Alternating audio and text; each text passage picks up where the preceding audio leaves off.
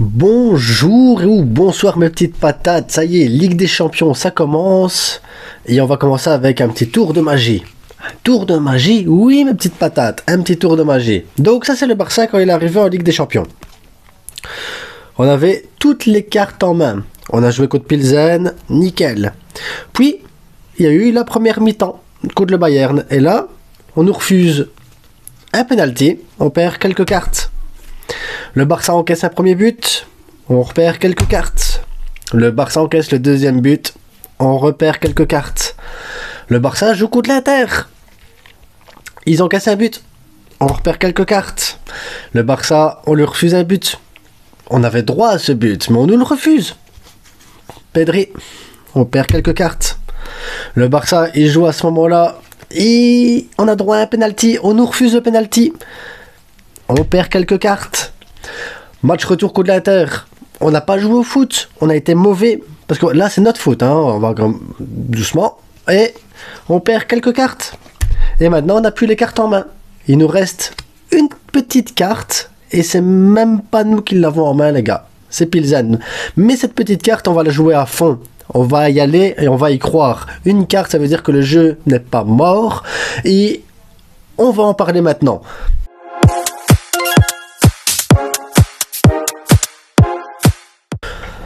Ah mes petites patates, je parlais de tour de magie, mais en réalité c'est pas un tour de magie, hein, voilà, c'est simplement pour revenir un peu sur tout ce qui s'est passé durant cette campagne de Ligue des Champions. Évidemment, j'ai pas parlé de la Ligue des Nations là-dedans, où on a perdu la moitié de notre effectif réellement, et nos titulaires en défense, ça nous a coûté évidemment beaucoup de points, et ça nous a coûté énormément.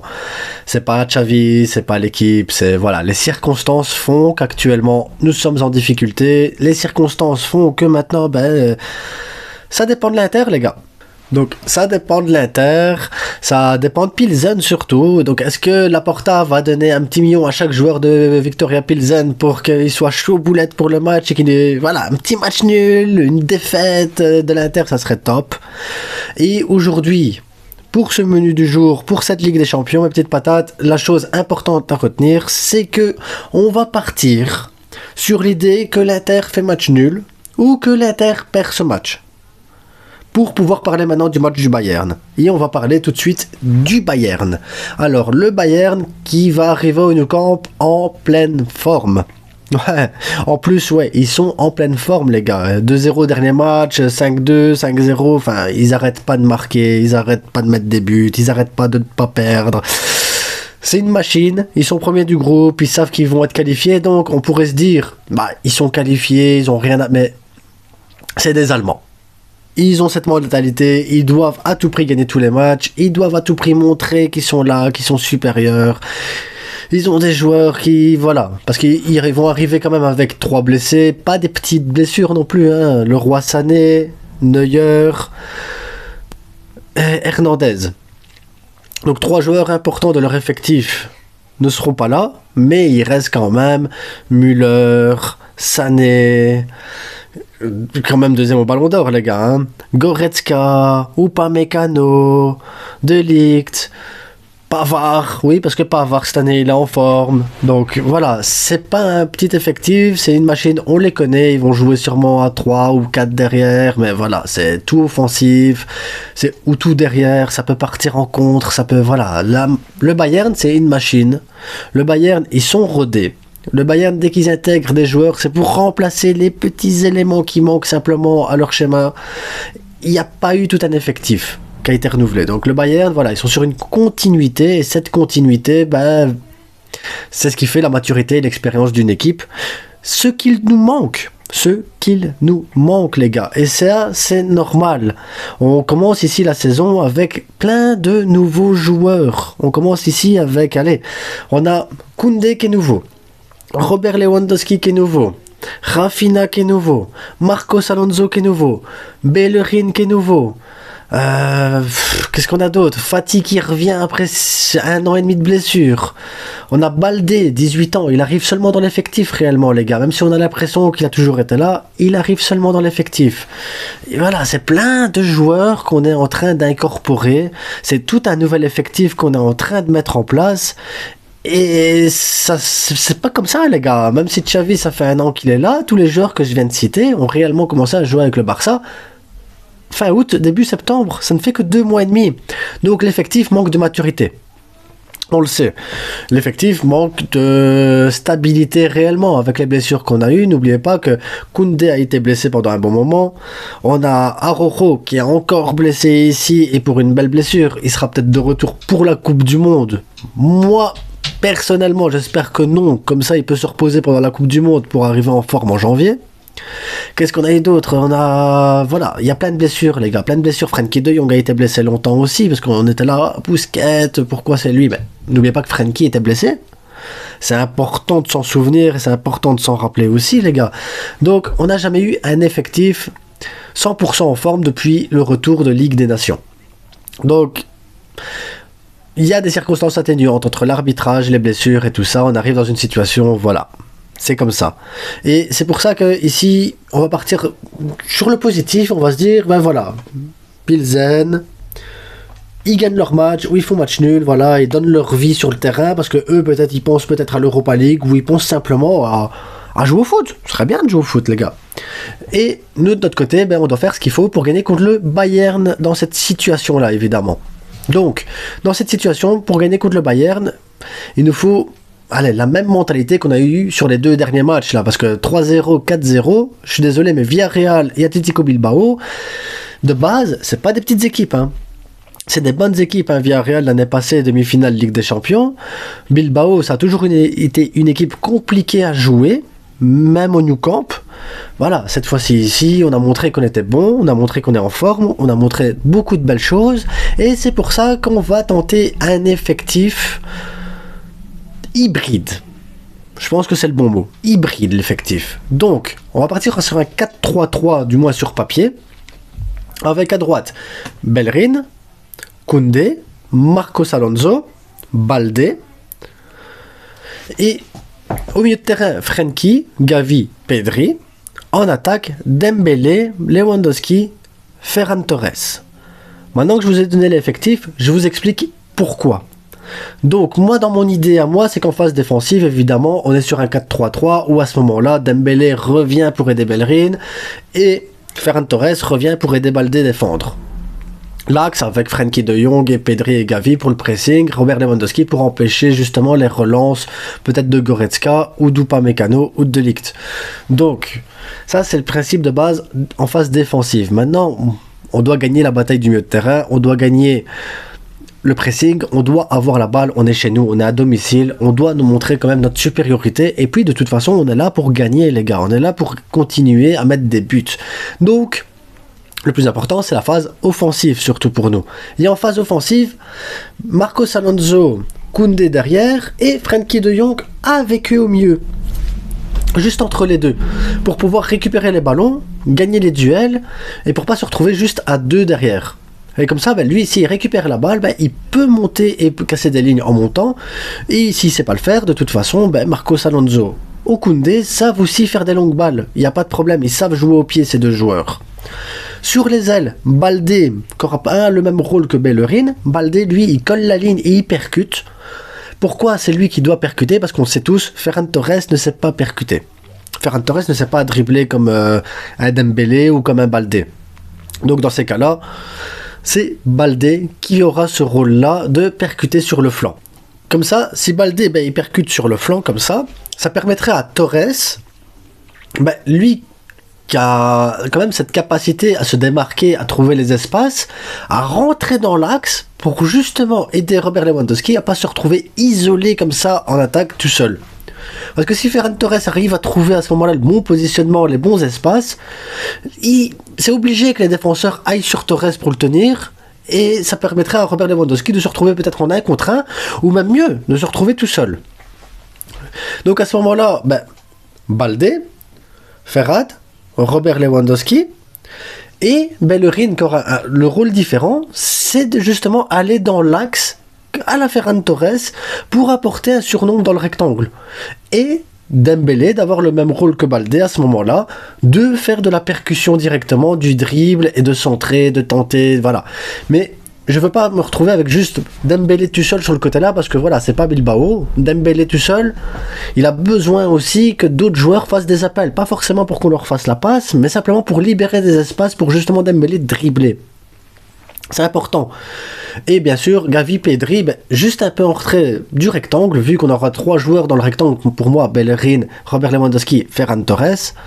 Mais Pedri et Gavi, entrée du rectangle pour justement les passes qu'on est habitué à faire depuis le début de saison, à l'entrée du rectangle, pour que eux ils tirent direct. C'est ça qui compte, c'est vraiment, c'est tirer, c'est percuter et c'est avoir du monde dans le rectangle. La dernière fois, Robert, au dernier match de Ligue des Champions, était trop isolé. La solution, pour moi, elle se résidue dans Ferran Torres. Pour moi, Ferran, c'est la solution pour libérer de l'espace à Robert Lewandowski. Je sais que ça peut vous paraître fou peut-être de vous dire Ferran, mais je vois personne d'autre au Barça réussir à faire ça à part Fati. Et Fati, je l'ai pas trouvé en jambes au dernier match. Donc je sais pas. Mais après voilà, si on met Fati à la place de Ferran, je peux comprendre le truc, hein, mais je trouve que Ferran est dans une bonne dynamique. Et on devrait profiter de cette dynamique-là pour mettre Ferran un peu plus en confiance et lui montrer que oui, on remarque ses efforts et que ça vaut le coup. Maintenant, vous allez me dire, tiens, Rafinha, tu le remets encore sur le banc. Mais écoutez, Rafinha est meilleur à droite. Il est très bon à droite. Et je suis désolé, Dembélé... Pour le moment, Dembélé, c'est Dembélé Prime, les gars. Moi, je veux pas mettre Rafinha sur le terrain pour mettre Dembélé sur le banc. Donc, non. Non, je peux pas. Et pour équilibrer les choses, mettre Dembélé à gauche, pour moi, c'est gâcher Dembélé aussi, juste pour faire plaisir à Rafinha. Pour moi, c'est pas suffisant. Surtout qu'à gauche, si on met Baldé, Baldé il peut faire ce que Dembélé il fait aussi. Donc on aurait 2 joueurs de percussion sur les côtés, on aurait 2 joueurs qui peuvent rentrer dans le rectangle et apporter des solutions et des espaces. Après on a Robert Lewandowski comme tueur. Suffit que voilà, si on a assez de joueurs dans le rectangle pour libérer de l'espace, Robert est assez malin, Robert a le sens du but, il peut le faire. Il a déjà failli le faire contre le Bayern au match aller. Il a raté 2 grosses occasions à ce match-là, ben voilà, ça arrive, mais à ce match-là, il peut pas se rater, le Robert, on l'attend, il faut qu'il marque. Cet homme-là doit être décisif, absolument, maintenant, c'est un match, c'est crucial, les gars. Dans la situation où l'Inter perd, hein. Attention. Maintenant, on va parler 2 secondes dans le système, imaginons que l'Inter gagne contre le Viktoria Pilsen, et là, ça change tout, parce que je sais qu'il y a beaucoup de gens qui diraient il y a l'orgueil, il y a la fierté, il faut montrer un autre visage, mais en même temps, les gars, si on doit être reversé en Europa League mercredi soir avant le match, je ne voudrais pas que Xavi prenne des risques avec l'effectif. Je m'explique. Maintenant, si on a la Liga encore, il nous reste encore 5-6 matchs, je pense, de Liga avant d'arriver à la trêve internationale qui est la Coupe du Monde. Et on a déjà pas mal de blessures. Regardez Sergi Roberto, il s'est reblessé, donc on a perdu un back droit à nouveau. Donc si Bellerin se blesse, on se retrouve à mettre Baldé à droite. Et on perd une force offensive à gauche. Maintenant, Koundé revient de blessure. Si on va en Europa League et qu'on est reversé directement, j'ai pas envie de reblesser Koundé. Il revient de blessure, peut-être laisser reposer. Frenkie de Jong, il revient de blessure. Il y a une gêne, il y a 2 matchs d'ici. Ce serait bien de le laisser reposer aussi. Pedri, on sent qu'il fatigue, il faut le laisser reposer. Gavi a reçu un mauvais coup au dernier match, le genre de coup que je pense qu'aucun homme au monde ne voudrait recevoir. Je pense que c'est bien de ne pas le blesser non plus. Robert Lewandowski est indispensable à l'attaque pour mettre des buts. On n'a pas envie qu'il se blesse non plus. Dembélé, ben voilà, en ce moment c'est notre homme fort sur le côté droit. Ben, désolé, je mettrais Rafinha. Mais voilà, c'est tout ça, c'est tous des joueurs qui sont hyper importants pour nous. C'est tous des joueurs que, voilà, si on est reversé en Europa League, que Pilsen y perd leur match, que j'aimerais protéger et mettre justement des joueurs qui ont peut-être besoin de temps de minutes, de temps de jeu, qui ont besoin de reprendre confiance et de montrer quelque chose. Ils sont en Ligue des Champions, ils sont quand même là, ils doivent montrer qu'ils ont leur place pour la Liga, pour l'Europa League, pour la Coupe du Roi, qu'ils sont pas juste là en tant que remplaçants ou figurants. Donc, dans la pire des situations, la formation serait tout autre. Alors à ce moment-là, à droite, j'ai pas le choix, je mettrais quand même Bellerin, mais en défense centrale, pour moi, ça serait Garcia, Marcos Alonso. Oui, je remets Marcos Alonso, mais c'est parce que voilà, Christensen il est blessé et que de toute façon je veux pas risquer Christensen. Et à gauche, je mets Jordi Alba. Au milieu de terrain, ça serait Busquets, Kessié, Pablo Torre. En attaque, ça serait Fati, Ferran, Rafinha. Ça reste une bonne équipe, parce que si tous ces joueurs-là que je viens de citer sont en forme, c'est des bons joueurs, c'est des très bons joueurs, c'est même des joueurs qui sont voilà, en sélection nationale, c'est des joueurs qui ont leur place au Barça habituellement, mais ils doivent absolument montrer leur niveau. J'ai pas parlé de Ter Stegen, ni dans la formation de départ, ni dans la seconde formation, parce que pour moi, voilà, il est titulaire indiscutable, le garçon clean sheet sur clean sheet sur clean sheet, pour moi ça doit être le futur capitaine du Barça, les gars. L'année prochaine, il faut se séparer des 4 capitaines, et mettre Ter Stegen capitaine. S'il est parti dans cette optique-là, il n'y aura pas le choix, c'est comme ça les gars. Mais voilà, moi ce que je pense de l'effectif, de comment on doit tourner les choses, en sachant que voilà, nous n'avons plus les cartes en main, en sachant que le Bayern arrive en forme, que l'Inter... Ils doivent juste gagner contre Pilsen. On sait que Pilsen, c'est pas non plus la plus grosse équipe du monde. Mais allez, il y a moyen qu'ils se mettent à 11 derrière et sur un malentendu, peut-être mettre un but. Ce serait cool quand même. Voilà, ça va dépendre de tellement de facteurs, notre qualification, que c'est compliqué. C'est une des vidéos les plus compliquées que j'ai eu à tourner réellement, parce qu'il y a trop de facteurs qui rentrent en compte ici pour ce match. On verra. J'ai envie de vous dire, on verra. En attendant, vous, dites-moi ce que vous pensez de ma formation.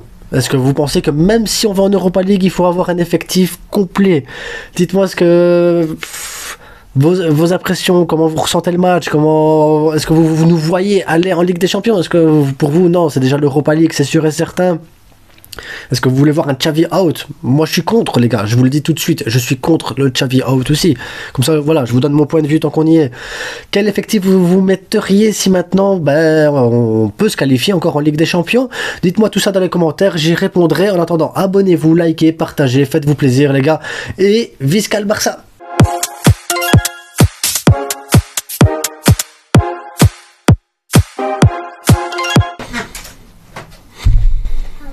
Assieds-toi là. Retour. Esteban. Assieds-toi. Voilà. Chut, hein. T'es sérieux? Oui. C'est là. C'est là.